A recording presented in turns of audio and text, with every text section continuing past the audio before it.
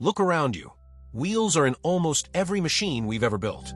Cars, clocks, motors, gears. But here's the stranger fact. In roughly 4 billion years of life on Earth, not a single creature that has ever lived has grown a real wheel. Billions of species, for billion years of evolution, and not one true wheel. This isn't a coincidence. It's one of the deepest clues we have about how nature actually works. And here's the twist. Biology did secretly build a wheel. You'll see exactly where in a minute. It begins in the Namib Desert among endless dunes. This is home to the golden wheel spider. When a parasitic wasp comes hunting, the spider does something remarkable. It tucks in its legs, flings itself sideways, and rolls down the dune face like a ball, spinning dozens of times a second. This is the closest thing nature has ever produced to a wheel. And it still doesn't count, because the spider is rolling its entire body. A real wheel needs something else entirely. A separate part, cut loose from the body, that can spin forever. Rolling your whole body is one thing. An axle is something else completely. A wheel has to stay attached to the body, yet spin freely around that joint forever without stopping. So what's the problem? The problem is plumbing. Every living part is fed by blood vessels and nerves, pipes and wires.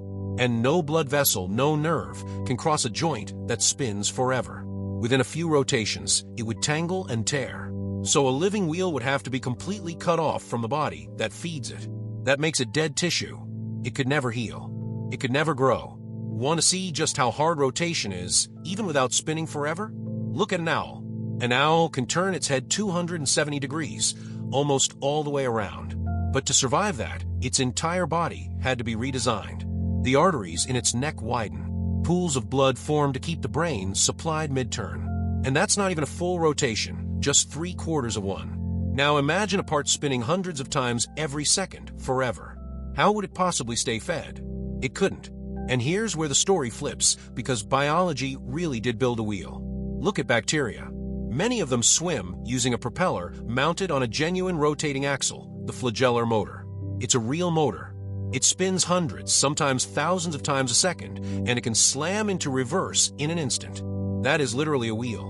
And right now, inside your own cells, there are microscopic rotary motors doing something remarkably similar, enzymes spinning to produce the energy that keeps you alive. So the question was never whether life could build a wheel. It can. The real question is, why only at a microscopic scale? The answer is size. A bacterium is so small that everything it needs simply seeps in on its own. A molecule can cross from one end of a bacterium to the other in about half a millisecond. That's diffusion, and at that scale it's free. No heart needed, no blood vessels. So cutting off a spinning part costs the bacterium nothing. But once you get bigger, everything changes. That same molecule takes about a decade to cross a single meter by diffusion alone. That's why anything larger than a bacterium needs a heart, blood vessels, a connected circulatory system. And wherever there's a connection, there can be no part that spins forever, cut loose from the body. Say evolution somehow solved all of that anyway. A wheel would still be almost useless, because a wheel only does half the job. The ground does the other half. It only works on a flat, hard, smooth surface. Put it in mud, sand, forest litter, or rock, and it gets stuck immediately. A leg walks almost anywhere. And for most of Earth's history, there simply was no surface worth rolling on. Humans had to build one: roads, rails, pavement. Even the oldest known plank road, built thousands of years ago, was built for feet, not wheels. But the deepest reason isn't even that. Think about how evolution actually works. It's like a hiker climbing a hill. Every single step has to be a little bit better than the last. Half an eye is still better than no eye at all, which is exactly why eyes evolved independently something like 40 separate times. But half a wheel, an axle that doesn't turn, connected to nothing, is worse than useless. It's just an obstacle. To reach a working wheel, evolution would first have to cross a valley of complete uselessness. And evolution can climb any slope. It can never cross a valley. Eyes 40 times. Wheel 0. So the missing wheel isn't a gap in what nature can do.